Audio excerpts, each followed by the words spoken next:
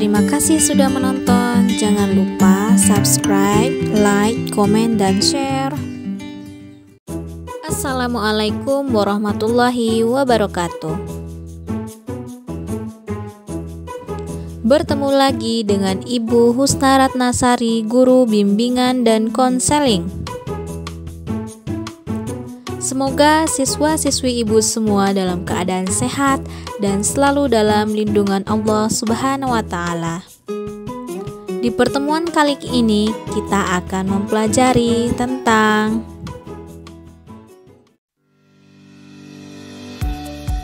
belajar kelompok itu asyik dan bermanfaat.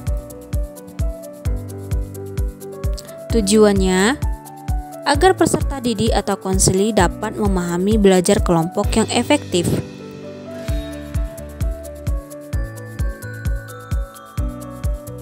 Untuk mendapatkan nilai baik di sekolah bukanlah hal perkara yang mudah. Kita harus tekun belajar. Sekarang, bagaimana cara kita untuk bisa melakukannya? Niat saja tidak cukup bila tidak dilaksanakan. Lalu bagaimana bila ada materi pelajaran yang tidak kita mengerti? Kita bisa menanyakan ke guru mata pelajaran.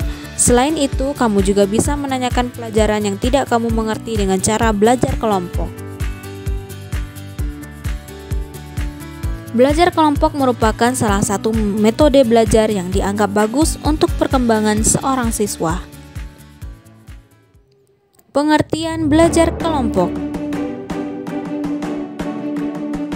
Belajar kelompok adalah sebuah model pembelajaran di mana peserta didik belajar bekerja sama dalam sebuah kelompok untuk menyelesaikan tugas belajar.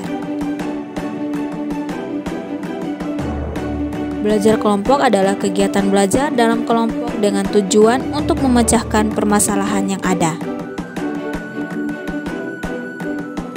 Manfaat belajar kelompok. Pertama, dapat memotivasi semangat belajar antara teman satu dengan teman yang lain. Yang kedua, saling berbagi informasi dan pengetahuan antara teman. Yang ketiga, membangun komunikasi timbal balik dengan adanya diskusi. Yang keempat, meringankan tugas yang diberikan karena dikerjakan secara bersama.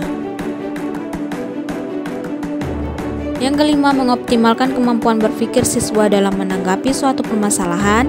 Yang keenam, bekerja sama dalam menyelesaikan tugas dan bersosialisasi di luar sekolah. Yang ketujuh, belajar lebih menyenangkan karena dikerjakan secara berkelompok.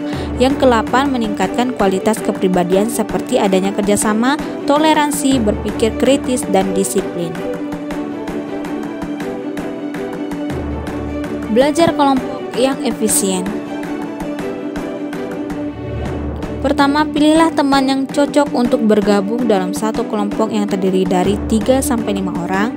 Yang kedua, tentukan dan sepakati bersama kapan, di mana, dan apa yang akan dibahas, serta apa yang perlu dipersiapkan untuk keperluan belajar kelompok. Yang ketiga, setelah berkumpul secara bergilir, tetapkan siapa pemimpin kelompok yang akan mengatur diskusi dan siapa penulis. Yang keempat, tentukan juga siapa penulis yang akan mencatat hasil diskusi dan ciptakan suasana belajar yang serius tapi santai. Yang kelima, rumuskan permasalahan yang akan dipecahkan bersama dan batasi ruang lingkupnya agar pembahasan tidak menyimpang. Yang keenam, bahas dan pecahkan setiap persoalan satu persatu sampai tuntas. Yang ketujuh, bila terdapat persoalan yang tidak dapat dipecahkan atau tidak ada kesepakatan antar anggota, tangguhkan saja kemudian minta pendapat guru. Lanjutkan ke persoalan yang lain. Yang kedelapan, kesimpulan hasil diskusi dicatat, penulis lalu dibagikan kepada anggota kelompok untuk dipelajari lebih lanjut di rumah masing-masing. Hal-hal yang perlu diperhatikan dalam kegiatan belajar kelompok. Yang pertama, pembentukan kelompok. Dalam pembentukan kegiatan belajar kelompok perlu diperhatikan jarak antara rumah dengan tempat belajar, kemampuan anggota, kualitas anggota, dan jenis kelamin. Usahakan tiap kelompok terdapat siswa putra dan putri. Yang kedua, tempat belajar.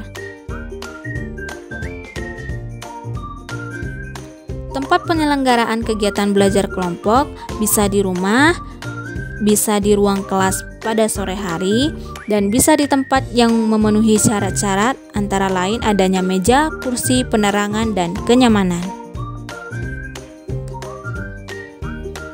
Yang ketiga, persiapan belajar. Siapkan bahan-bahan dan alat-alat belajar seperti soal-soal yang akan diselesaikan, PR, dan sebagainya. Terus, siapkan juga alat-alat dan sumber belajar seperti buku, referensi, dan sebagainya. Yang keempat, pengantar bicara.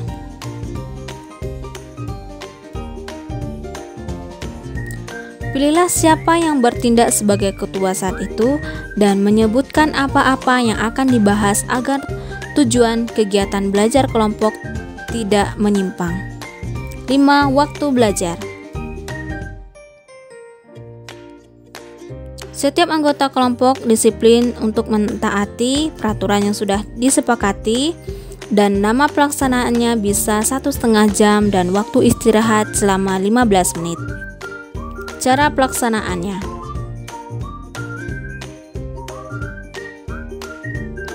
Pertama, membahas dan menyelesaikan soal. Yang kedua, ajukan tanya jawab. Dan yang ketiga, memahami kata dan istilah yang cukup kompleks. Dan yang terakhir, mencatat pertanyaan untuk diajukan kepada guru di kelas, dan lain-lain.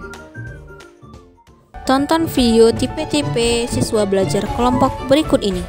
Aduh, ini gimana ya? Lan, punya lu gimana sih? Punya gue sih yang sukanya ada 7. Oh, kok cuma nemuin 5 ya? Gak tau, coba lu Sa. Wah, 8 sih, lebih. Hah? Udah begini. Nih, kan soalnya sore ini 3, jadi bebas aja tuh. Oh, pengertian perubahan sosial. Kok ini pengertiannya beda ya sama yang di buku? Teman-teman gimana nih? Kok beda? Welcome to Ya. Mobile Legends.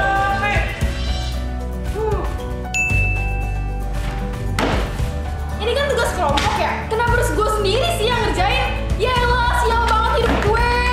Kenapa dapet temen kelompok yang kayak gitu semua lagi? Ya Allah ya Rob. Elah dah, ini tugas gimana ya? Mana gue asik main HP lagi? Tidur semua. Udah gue ikutin juga lah. Nice. Gila. Anjir gua. Parkir lu sana. Parkir lu. Parkir nice. Oh iya, ini tugas sosiologi kelompoknya cewek-cowok gini. Iya. Kan kalau tugas biologi kan cowok sama cowok ya, cewek mah sama cewek semua. Udah sama aja. Berarti harus bersama dong.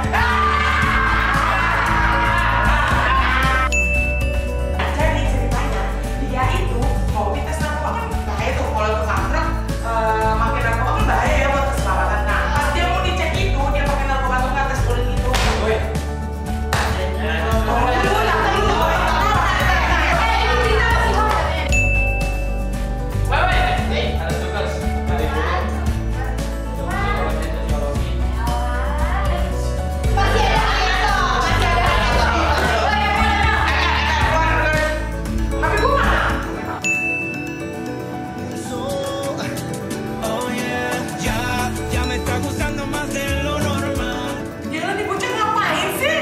Tahu dah. Ini gua mau bantuin lu. Wajib. Oji. Bukunya apa lagi nih? Oh, kenapa tuh dia? Despacito. Lah. Saya nih. Belajar aja nih pintar. Iya. Tahu. Banget lu lah. Sebagai.